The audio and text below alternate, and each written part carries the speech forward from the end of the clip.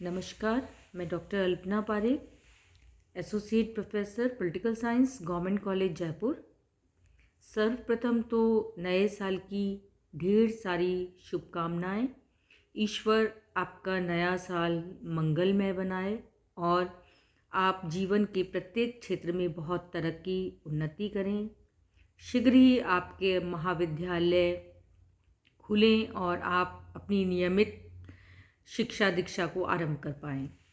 बच्चों, हमने अपने पिछला जो वीडियो था उसमें स्वामी दयानंद सरस्वती के बारे में जाना था। दयानंद सरस्वती के जीवन चिंतन के बहुत सारे पहलू हैं। उन पहलुओं में से या उनके चिंतन दर्शन में से आज हम उनके चिंतन का राष्ट्रवादी तत्व जो है वो पढ़ेंगे।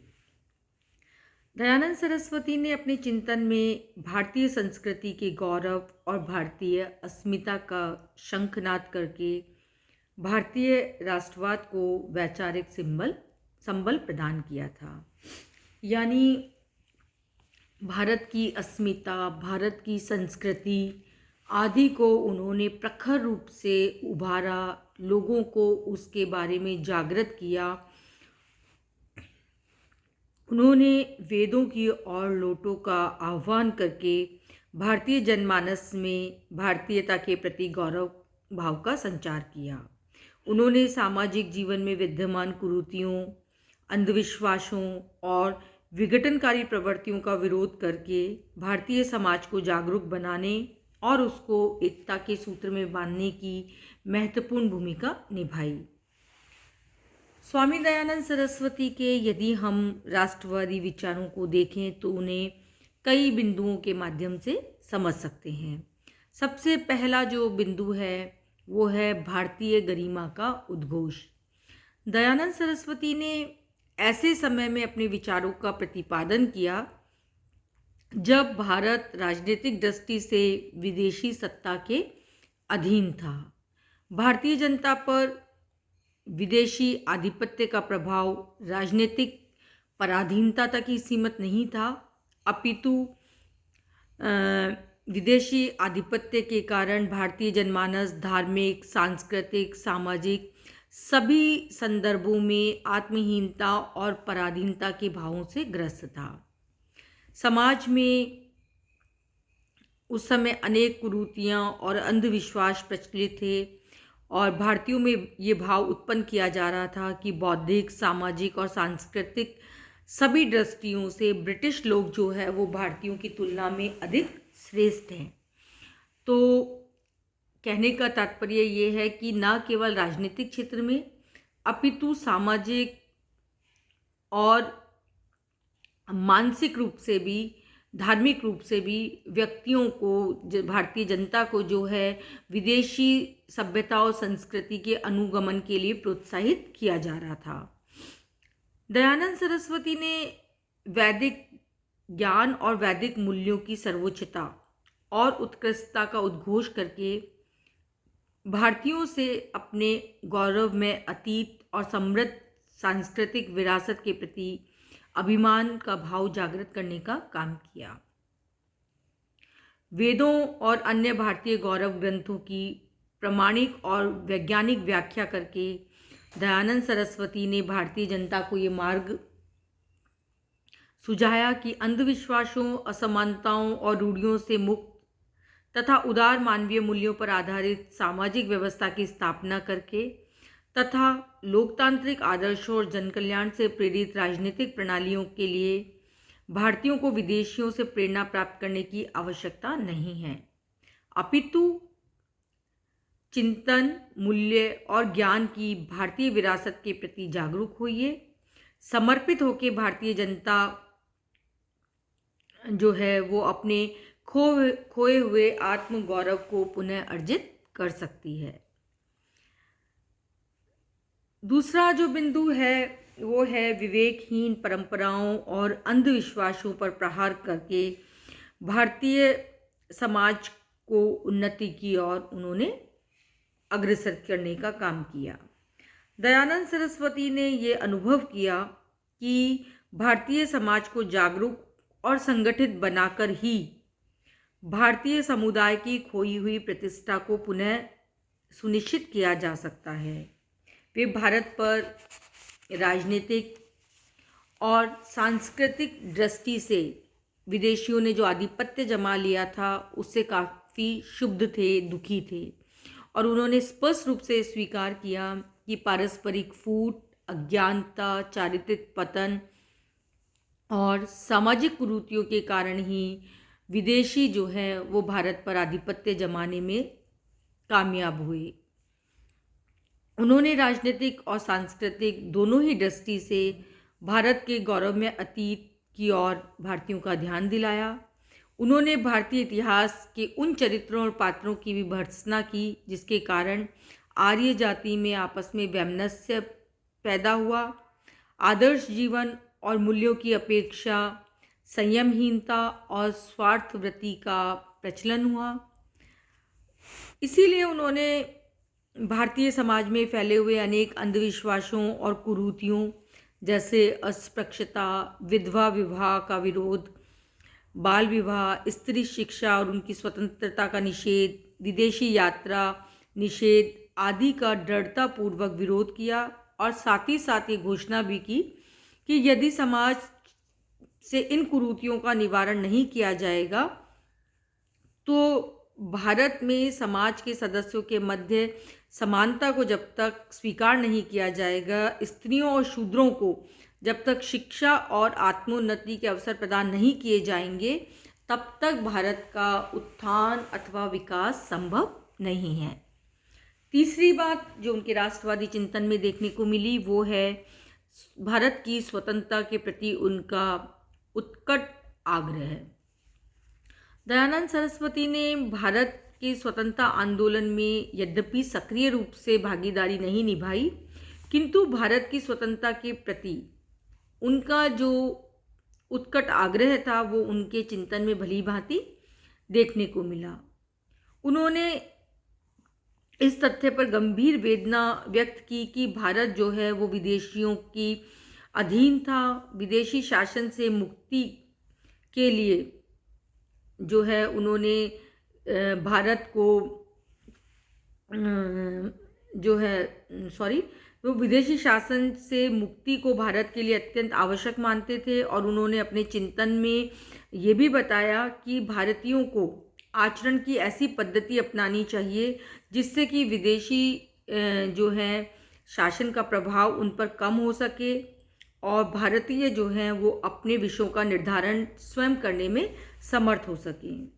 दयानंद सरस्वती ने कहा कि यदि विदेशी शासन के अधीन रहकर हमें चाहे तात्कालिक लाभ भी प्राप्त हो तो भी विदेशी शासन जो है वो हमारी स्वाधीनता की तुलना में अधिक श्रेयकर नहीं माना जा सकता।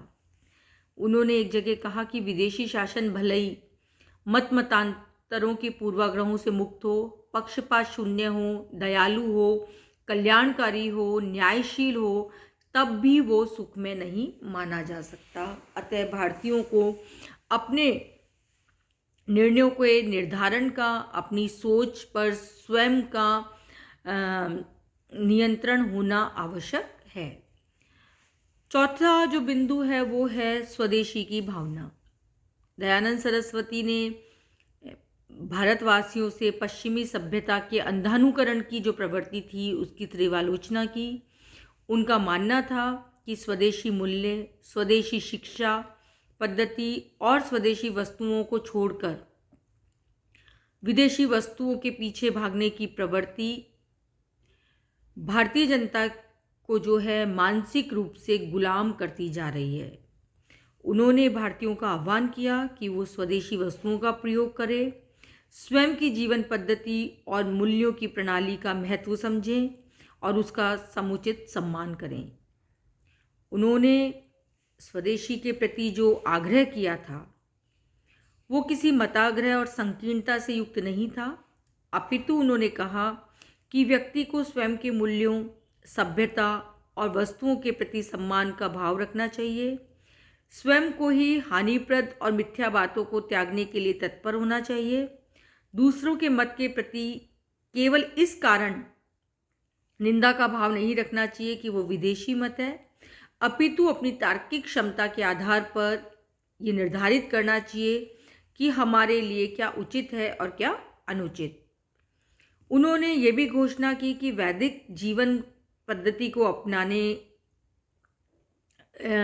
का जो उनका आग्रह था वो किसी पूर्वाग्रह पर आधारित नहीं था, अपितु वैदिक जीवन पद्धति को उन्होंने तर्कसम्मत और तथ्य सिद्ध करके ही वैदिक मूल्य और वैदिक प्रणाली के आचरण की वकालत की। विदेशी मत, विदेशी मूल्यों और विदेशी सभ्यता की अपेक्षा जो है अधिक श्रेष्ठता उसको समझा और उसको स्थापित करने की कोशिश की। इसके पश्चात जो बिंदु आता है वो है सामाजिक एकता के माध्यम से राष्ट्र की सुरक्षा पर बल। स्वामी दयानंद सरस्वती भारतीय समाज में विद्यमान विघटनकारी प्रवृत्तियों का उन्मूलन करके सामाजिक शक्ति को संगठित करना चाहते थे, ताकि इस संगठित शक्ति के माध्यम से वो राष्ट्र का निर्माण कर सके। उन्होंने इस बात से दुख व्यक्त किया, या उन्होंने इस बात से उन्हें शोक था कि भारतीय समाज में जो दो वर्ग प्रमुख हैं, एक तो स्त्री वर्ग और एक दलित वर्ग, इन दोनों ही वर्गों को लोगों ने सक्रिय सामाजिक जीवन की मुख्य धारा से अलग थलग कर दिया था। परिणाम स्वरूप स्त्रियां और दलित वर्ग जो है वो आत्म उत्थान की अवसर से वंचित होता गया और सामाजिक उन्नति में भी वो अपना पूर्ण सामर्थ्य का उपयोग नहीं कर पाया। अतः दयानंद सरस्वती ने कहा कि इन दोनों ही वर्गों को समाज की मुख्य धारा में शामिल करना होगा। इसीलिए उन्होंने स्त्रियों की स्वतंत्रता, स्त्रियों को शिक्षा प्रदान किए जाने का और पुरुषों के समान अधिकार प्रदान करने का आह्वान किया, क्योंकि उन्होंने कहा कि जब तक ये दो वर्ग मुख्य धारा में शामिल नहीं होंगे, भारत जो है वो अपना अधूरा विकास कर पाएगा, पूरा नहीं। अगला जो बिंदु है वो है भारतीयों में निर्भीकता और चारित्रिक दृढ़ता के विकास पर बल। दयानंद सरस्वती का ये मानना है कि निर्भीक और चरित्रवान नागरिक ही एक सुदृढ़ राष्ट्र का आधार बन सकते हैं। उन्होंने ये माना कि भारतीयों का चारित्रिक पतन ही राष्ट्र की अवनति और अंततः विदेशी आधिपत्य का कारण बना। इसीलिए उन्होंने ये आग्रह किया कि भारत जो है वो निर्भीकतापूर्वक अपने राष्ट्रवाद को आगे लाए। वे आश्वस्त थे कि चारित्रिक दुर्बलताओं से मुक्त निर्भीक भारतीय जाति की अस्मिता की रक्षा और भारत के प्राचीन गौरव की पुनर्प्रतिष्ठा के लिए अविरल रहकर संघर्ष कर सकते हैं। इसके पश्चात हिंदी भाषा का प्रयोग, दयानंद सरस्वती ने ये स्वीकार किया कि जन सामान्य में सर्वाधिक प्रचलित भाषा को सबके द्वारा अपनाए जाने से देश जो है वो भावनात्मक एकता में बनता है। इसीलिए उन्होंने स्वयं की मातृभाषा गुजराती और संस्कृत जैसा विषय जो कि जिसमें कि उनको प्रखंड पांडित्य हासिल था, वो छोड़कर उन्होंने अपने व्याख्यानों और संदेशों को हिंदी के माध्यम से देश के कोने कोने तक पहुंचाया। सत्यार्थ प्रकाश सहित उन्होंने अपने कई महत्वपूर्ण ग्रंथों की रचना हिंदी भाषा में की। उपयुक्त विवेचन से स्पष्ट होता है कि दयानंद सरस्वती ने सूत्रबद्ध रूप से राष्ट्रवाद का उद्घोष न करते हुए भी अपने विचारों के राष्ट्रवादी स्वर की प्रखर अभिव्यक्ति की है। आर्य समाज जैसी संस्था के माध्यम से उन्होंने देश में सामाजिक, धार्मिक, चारित्रिक, मानसिक सुधारों के माध्यम से भारतीय राष्ट्रवाद को विकास में संगठित और संस्थागत प्रयत्नों का सूत्रपात किया। अब इसके पश्चात हम अपने अगले चैप्टर में, अगले लेक्चर में दयानंद सरस्वती के सामाजिक दर्शन के बारे में बात करेंगे। धन्यवाद बच्चों।